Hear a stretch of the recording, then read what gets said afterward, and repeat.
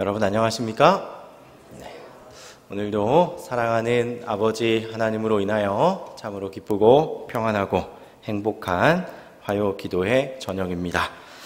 오늘은 조지 알 라이트 목사님께서 저술하시고 이국헌 교수님께서 번역하신 세 권의 책 엘렌 화이트의 만남, 엘렌 화이트의 세계, 인간 엘렌 G 화이트이라는 세 권의 책을 시리즈로 좀 오늘부터 나누기 원합니다.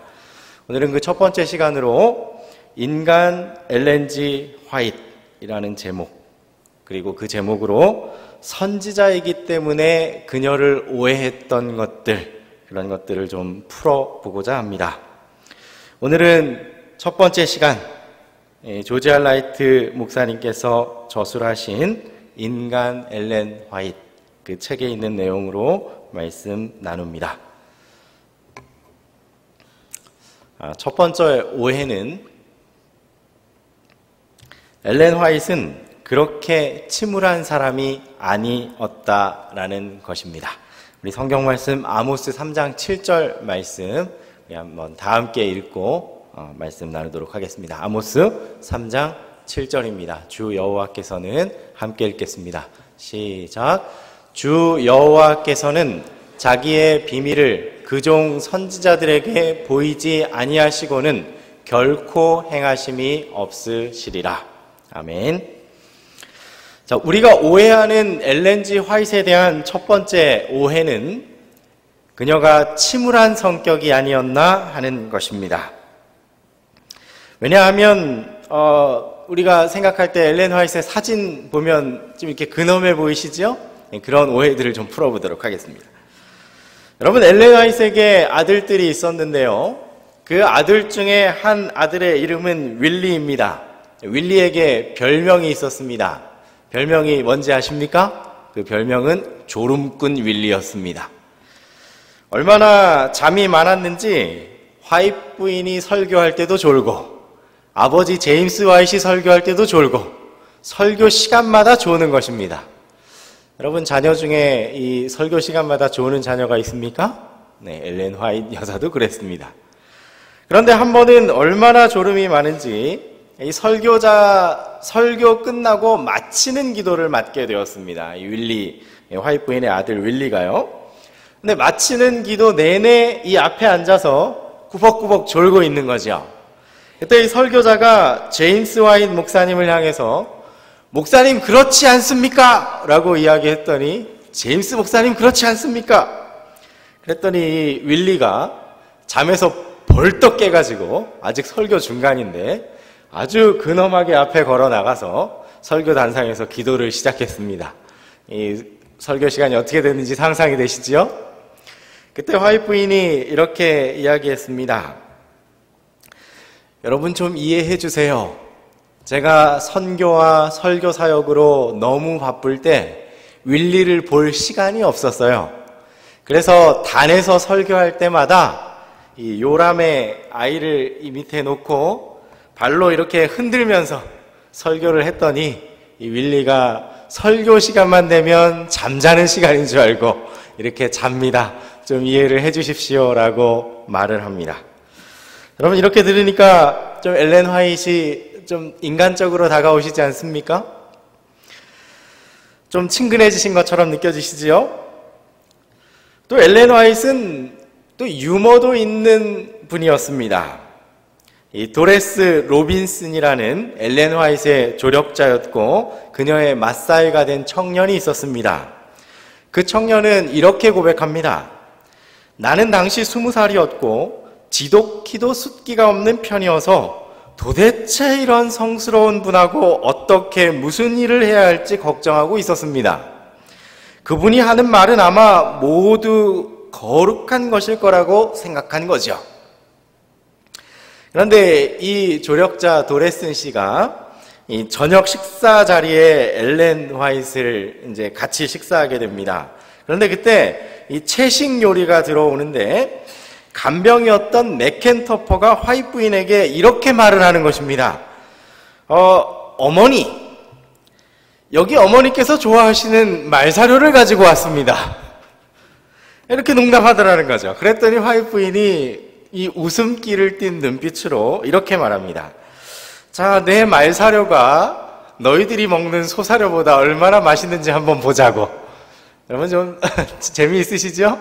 네, 참 재미있고 유머 있는 분이십니다. 또 한 번은 호주의 사모아라는 곳에 이 보트를 타고 도착합니다. 이곳은 원주민들이 사는 곳이고 이 원주민들이 그곳에 있습니다. 그곳에 비가 와서 물이 불게 된 거죠. 처음에는 이 가마를 만들어서 2명의 원주민이 화이트 부인을 태우고 그 강을 이렇게 건넙니다. 그리고 강둑에 딱 도착해서 이렇게 다시 돌아오는 가족들을 보고 있는데 자기의 이 손녀 딸아이를 이 원주민이 앞에 안고 그리고 자기 며느리를 등에 업고 그리고 이 옆에 아이를 하나 이렇게 또 끼고 3명을 안고 이 범람한 강물을 건너오고 있는 것입니다. 근데 이 원주민은 몸이 까맣잖아요. 이 흑인인 원주민이 이 자기 가족들을 이렇게 안고 업고 옆에 끼고 오는 모습이 너무 우스웠나 봐요. 계속 깔깔대면서 웃다가 결국은 바위에서 떨어져서 강물 속에 퐁당 이 어르신께서 빠지는 일이 있었다고 합니다. 또 한 번은 일본에서 이 화이트 부인의 친구가 이 조끼를 하나 선물해 줬는데 조끼를 감사한 마음으로 받아 입었더니 팔도 겨우 들어갈 뿐만 아니라 앞 단추는 잠기지도 않는 것입니다. 그때 화이트 부인이 뭐라고 이야기했을까요? 아, 이 친구가 내가 자기들 생각하는 것보다 얼마나 위대한 사람인지 모르나 보지? 네, 이렇게 이야기했다고 합니다. 여러분, 그러면 우리는 이렇게 유머 있고 참 이렇게 친절하고 재미있는 화이트 여사를 이렇게 침울하고 근엄하고 우울한 사람으로 좀 생각하는 걸까요? 그것은 이 말씀드린 것처럼 그녀가 찍힌 사진들 때문이 아닐까 생각합니다. 근데 여러분, 그녀의 사진이 왜 웃는 얼굴이 하나도 없을까요? 그 이유는 당시의 사진 촬영은 한 번 촬영하면 약 10분간 움직이지 않고 있어야 합니다. 근데 10분 동안 웃고 있을 수는 없지 않습니까? 그래서 한 자세로 이제 과묵한 표정으로 사진을 찍을 수밖에 없었기 때문에 그녀의 모습이 무뚝뚝해 보이는 것입니다. 여러분, 화이트 부인은 무뚝뚝한 여인이거나 혹은 아주 근엄한 여인이 아니라 삶을 즐길 줄 알고 또 유머가 있는 여인이었습니다. 또 그녀가 한 번은 1878년에 가족들 모두와 함께 이 콜로라도에서 휴가를 보내게 됩니다. 그때 그녀가 이렇게 말합니다. 산에서 정말 즐거운 시간 보내기를 바란다. 일에 대한 염려는 제쳐두고 이 짧은 시간 동안 즐길 수 있는 모든 즐거움을 누리라고 당부한다. 특히 일중독이던 남편에게 모든 짐을 던져버리고 다시금 철없는 소년으로 돌아가세요. 아이들과 함께 있는 동안 더 건강해지세요. 낚시도 하고 사냥도 하고 가보지 않은 곳도 찾아가보고 어디서든 푹 쉬며 모든 것을 즐기세요. 그리고 나서 신선한 활력을 가지고 일터로 돌아오세요. 서신 1878년 편지에 그녀가 기록한 내용입니다. 여러분, 화이트 부인이 얼마나 쾌활하고 또 재미있고 즐길 줄 아는 분이었는지 아시겠죠? 그녀는 계속해서 말합니다. 예수님을 온 마음으로 즐거이 섬기는 것은 밝은 신앙을 낳았다. 그리스도를 가장 가까이에서 따르는 사람들은 결코 침울하지 않았다. 인간 엘렌 화이트라는 책에 이렇게 기록합니다. 그리스도인들은 이 세상에 사는 사람들 중에서 가장 쾌활하고 행복한 사람이 되어야 한다. 그들은 하나님이 자기들의 아버지이시고 영원한 친구라는 의식을 가질 수 있다. 그러나 그리스도인이라고 공언하는 많은 사람들이 기독교 신앙을 바르게 나타내지 못하고 있다. 그들은 마치 먹구름에 짓눌려 있는 것처럼 침울해 보인다. 나는 내가 할 수 있는 한 모든 햇살을 내 삶에 비추게 하기로 결심하였다. 이 말씀을 다른 말로 하면 무슨 말씀입니까? 긍정적으로, 밝은 마음으로 그렇게 살기로 결심했다는 말입니다. 사랑하는 본부교회 성도 여러분, 우리의 신앙이 밝은 신앙이 되기를 간절히 바랍니다. 서로 행복하고 즐거움이 넘치는 우리 교회 되기를 간절히 축원합니다. 두 번째 부분은 그녀의 인간적인 면모들입니다. 여러분, 화입 부인은 한 남자의 아내였죠. 그런데 1865년 8월 16일 남편 제임스 화잇이 중풍에 걸립니다. 모든 병원을 다녀봐도 이 질병은 치료할 수 없다라는 결론만 얻게 됩니다. 그러나 그녀는 남편을 데리고 제임스 잭슨이 운영하던 댄스빌에 있던 건강요양병원으로 향합니다. 그 개혁 건강요양병원이었기 때문에 당시 상황을 거스리는 정말 개혁적인 요양병원이었죠. 그런데 그곳에서도 화잇 부인은 많은 것은 수용했지만 몇 가지는 수용할 수 없었습니다. 그중 한 가지는 환자들에게 육체 활동을 멀리하라고 한 것, 그리고 춤을 함께 추면서 하라고 했던 것, 그리고 카드 놀이를 하라고 권장했던 것, 극장에 구경 가고 오락을 하라고 했던 것, 이런 것들은 동의하지 않았습니다. 여러분, 오늘날도 세상은 그렇게 말하지 않습니까? 약간의 술은 치매에 좋다던가, 고스톱을 치면 치매 예방에 좋다던가, 이런 말을 하죠. 화잇 부인은 그런 모든 것들에 결코 동의하지 않았습니다. 그리고 사람들은 제임스 화잇에 대해 이렇게 말합니다. 그가 너무 신앙만 알아서, 너무 교회만 알아서 이렇게 아프게 된 것입니다. 그 말도 동의하지 않습니다. 그는 말합니다. 나는 절대로 이 말에 동의할 수 없고 동의하지도 않을 것이다. 그리고 남편을 데리고 나오죠. 그리고 미시간주에 있는 그린빌이라는 작은 시골 마을로 이주해 갑니다. 그리고 그곳에서 그녀는 하나님에 대한 적극적인 신뢰와 활동적 정신과 유용한 생활이 건강한 생활을 할 수 있도록 한다는 확신을 가지고 추진해 가기 시작합니다. 그녀가 첫 번째 한 일은 이것입니다. 많은 사람들이 남편 제임스 화잇을 찾아와요. 찾아와서 신앙적인 것을 상담하죠. 그때마다 본인이 할 수 있었음에도 불구하고 남편에게 그 신앙 상담을 하도록 피하는 것입니다.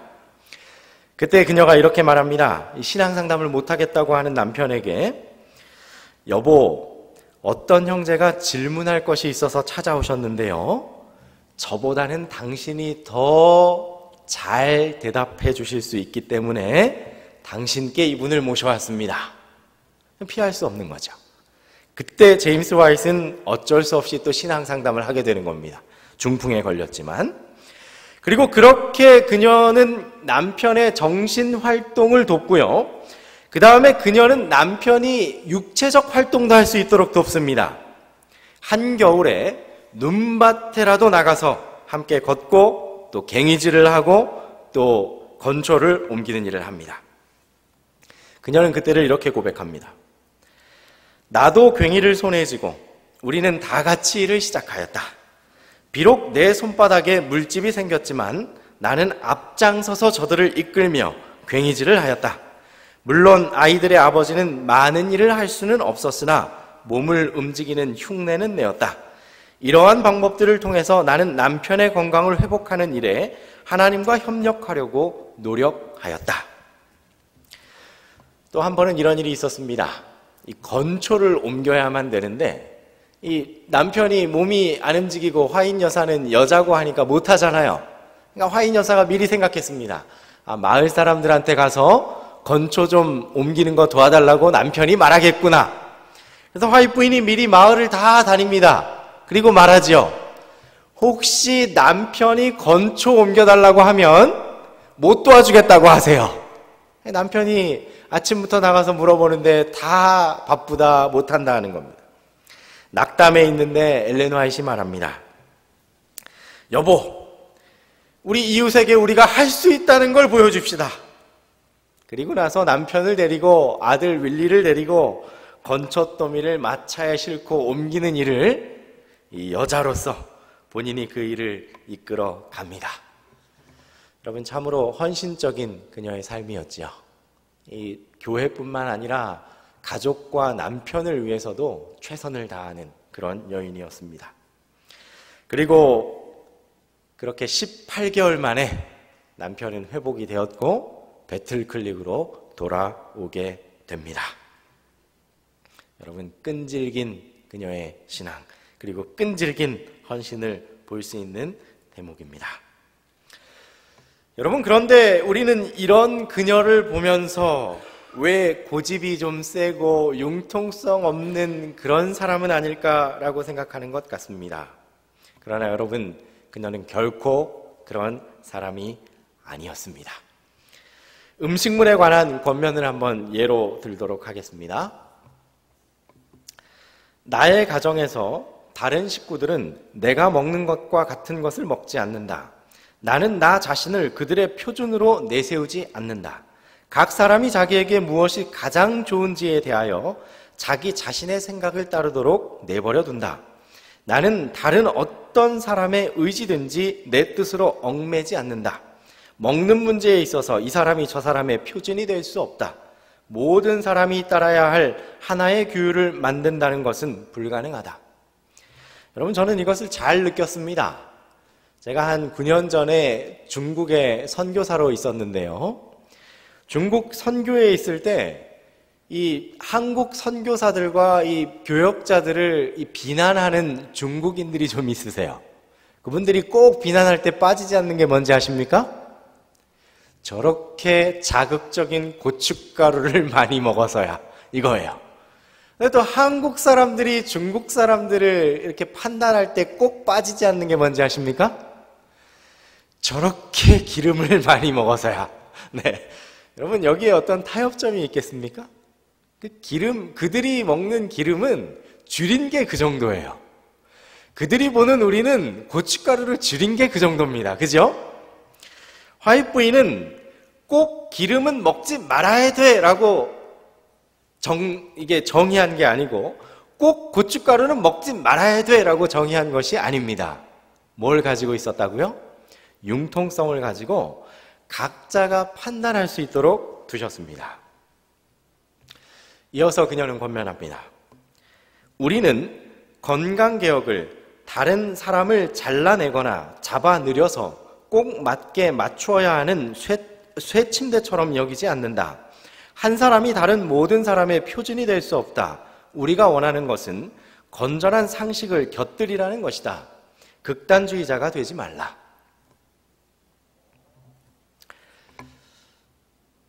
건강개혁에 관한 증언으로부터 빛을 취하여 그것으로 시험거리를 삼고 있는 이들이 있다. 이러한 사람들은 반갑지 않게 제시된 음식물에 관해 쓰여진 진술, 즉 악한 길에 들어서고 있거나 이미 들어선 어떤 개인에게 경고나 지시로 쓰여진 진술을 발췌한다. 여러분, 여기 중요한 말씀이 있는데요. 화이트 부인께서 약간 극단적으로 혹은 반갑지 않은 말로 쓰여진 길들이 많이 있습니다. 그렇죠? 그 글들은 누구에게 쓰여진 것이냐면 이미 악한 길에 들어서 있거나 개인적인 경고나 지시로 쓰여진 글이라는 것입니다. 그들은 이것들을 집중적으로 말하면서 할 수 있는 대로 강력하게 만드는 한편 그들의 독특하고 혐오스러운 성격을 이 진술에 짜넣어 온 힘을 다해 그것을 전하고 다니므로 그것들로 하나의 시험거리가 되게 하며 해를 끼치는 것으로만 그것들을 몰고 간다. 경고하셨습니다. 화이트 부인의 글을 극단적으로 이 사람에 딱 맞게 그렇게 하지 않도록 미리 말씀하셨습니다. 그럼 화이트 부인은 어떤 입장을 취했을까요? 돼지고기에 관한 입장을 한번 보도록 하겠습니다. 이런 사람들의 입장과는 반대로 화이트 부인은 육식이나 심지어 돼지고기를 먹는 일조차도 신자의 시금석이 되어서는 안 된다고 했습니다. 여러분, 이 원고에 나왔던 이 글은 1860년대에 재림교회가 처음으로 이 돼지고기에 관한 신앙을 받아들이고 그 돼지 사육을 포기하던 때였습니다. 정말 기별이 중요한 때였지요. 그리고 공립학교에서는 무조건 성경을 읽어야만 한다는 어떤 극단적인 태도로 흘러가던 그런 시대였습니다. 그때 화이트 부인께서는 이렇게 중용의 입장을 취했던 것입니다. 여러분, 다시 한번 정리하겠습니다. 엘렌 화이트 여사의 권면들 중에 굉장히 직설적이고 강력하고 마치 그렇게 하지 않으면 멸망당할 것처럼 쓰여진 글들이 있습니다. 그러나 그 글들은 그렇게 해서 개혁하지 않으면 정말로 망하게 될 사람에게 기록된 글입니다. 악으로 기울어진 사람에게 돌아오게 하기 위해, 그들이 돌아오게 하기 위해 강력히 말했다는 사실을 기억하시기 바랍니다. 이 부분은 다음에 엘렌 화이트 저술 해석의 원칙이라는 글을 나눌 때 좀 더 깊이 살펴보기 원합니다. 세 번째는 그녀의 친절한 성품입니다. 여러분, 엘렌 화이트는 참으로 친절한 사람이었습니다.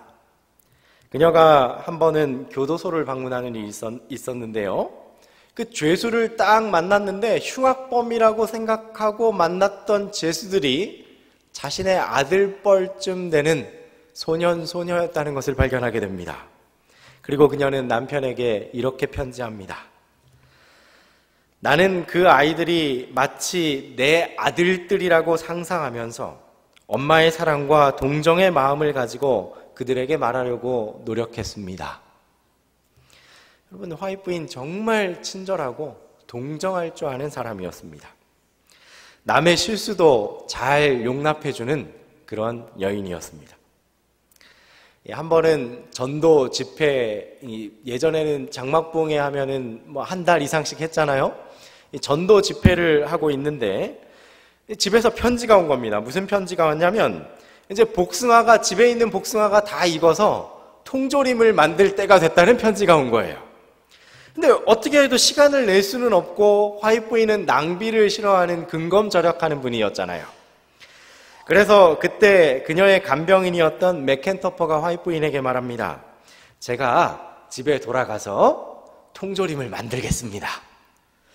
그랬더니 화이트 부인이 좀 염려하지요. 왜냐하면 그녀가 한 번도 통조림을 만든 적이 없었기 때문입니다. 그래서 그녀는 이 맥켄터퍼를 불러서 어떻게 통조림을 만드는지 일일이 설명해줘요. 그리고 그녀는 돌아가서 열흘 동안 열심히 통조림을 만들어서 찬장에 이렇게 딱 쌓아놓지요. 이 집회를 마치고 돌아온 화이트 부인이 칭찬합니다.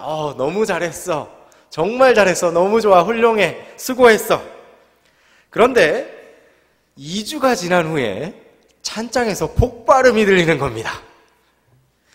이 만들어놨던 통조림이 하나씩 폭발하면서 찬장을 뽕뽕 하는 거죠. 알고 봤더니 그녀의 이 간병인이 고무 마개를 빠뜨린 겁니다. 그냥 뚜껑만 닫아놓은 거예요. 그때 화이트 부인이 뭐라고 말씀했을까요? 이렇게 이야기합니다.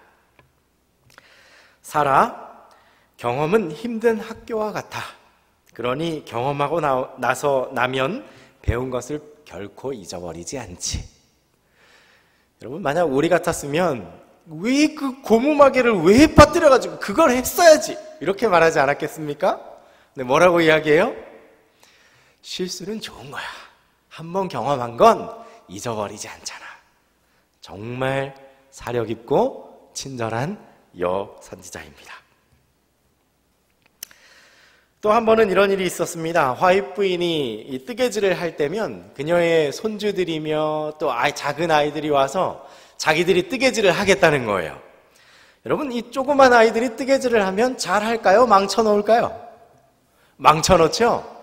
다 망쳐놨습니다.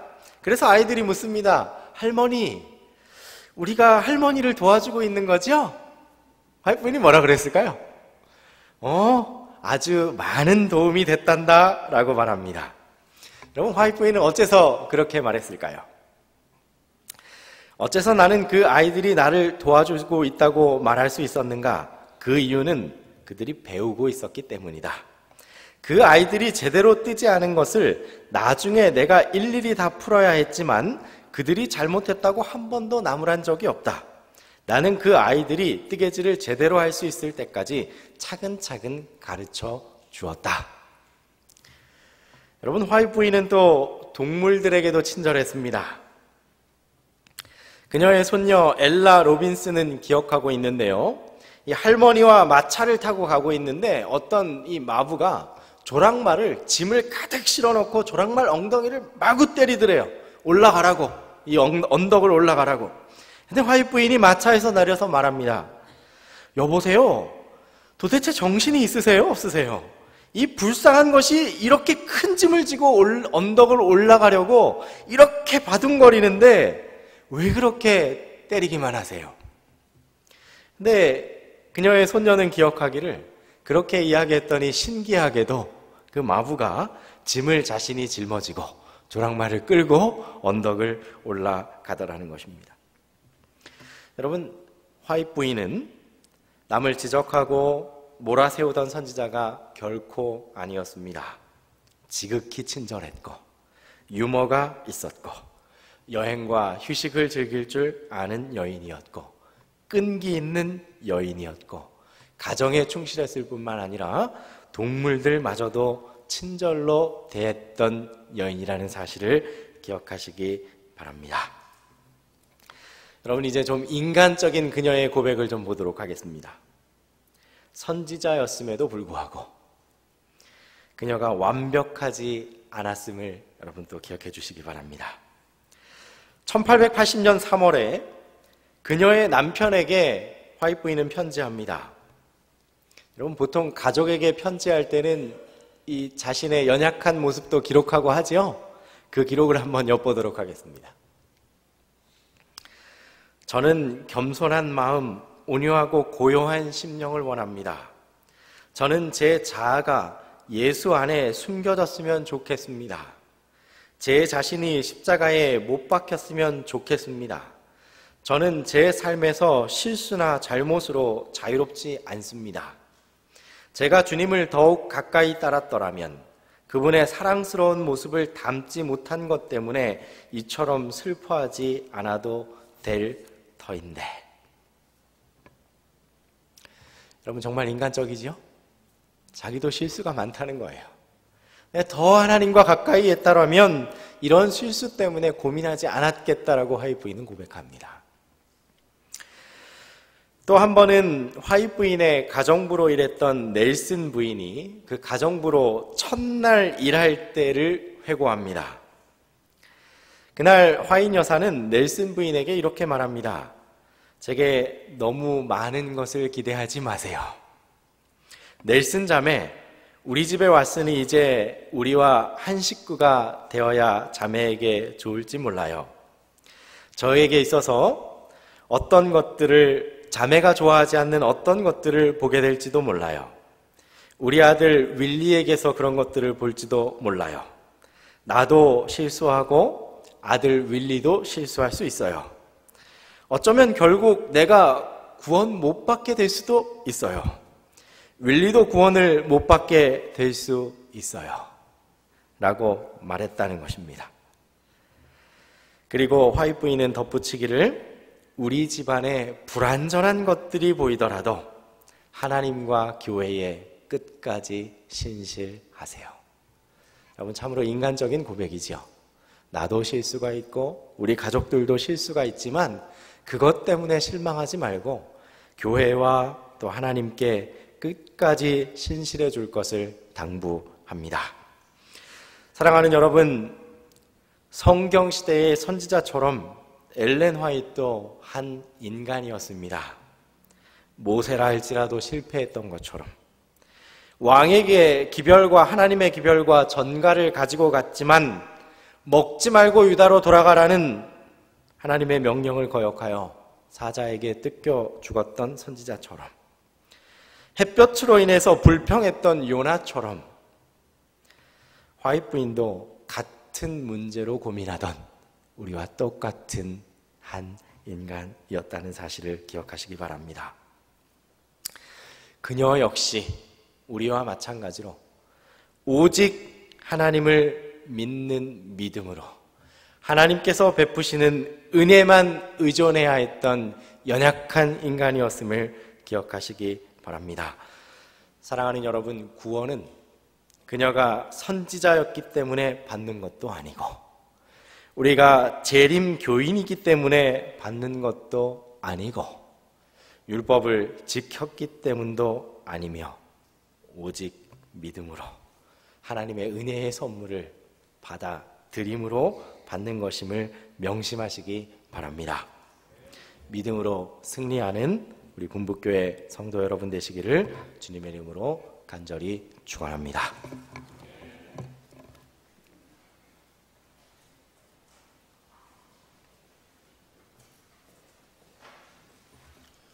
마치는 찬미 291장 부르시겠습니다. 찬미 후에 목사님 기도해 주시겠습니다.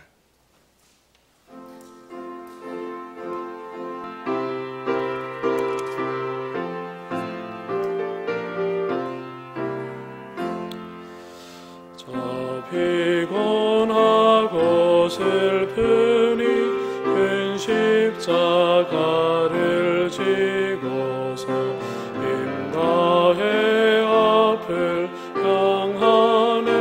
그 언약의 날 바라며 허다한 근심 걱정이 눈앞을 가릴지라도 그 마음 항상 기쁨은 저 소망 확실하 밀세.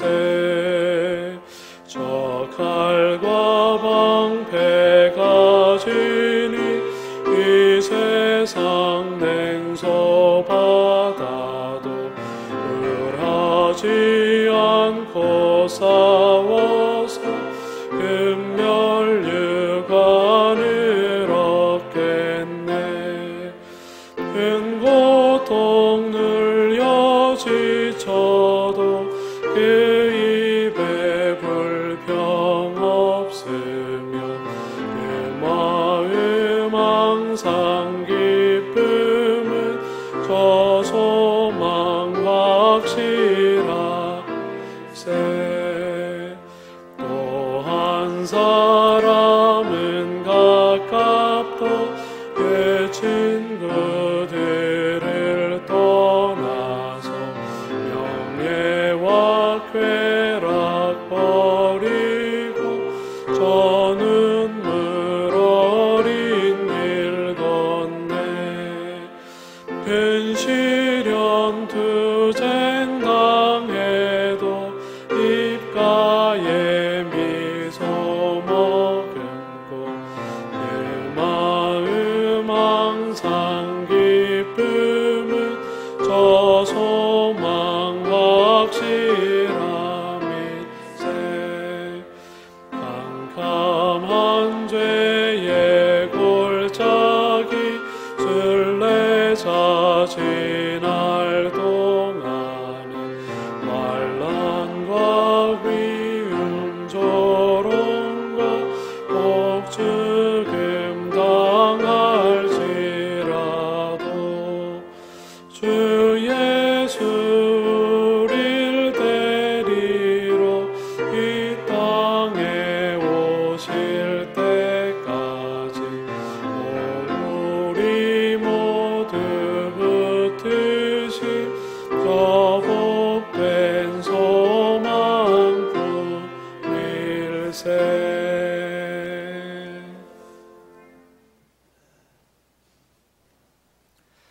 사랑하는 아버지 하나님, 주님의 선지자 엘렌 화이트의 인간적인 면모들을 나눌 수 있게 하시니 감사합니다.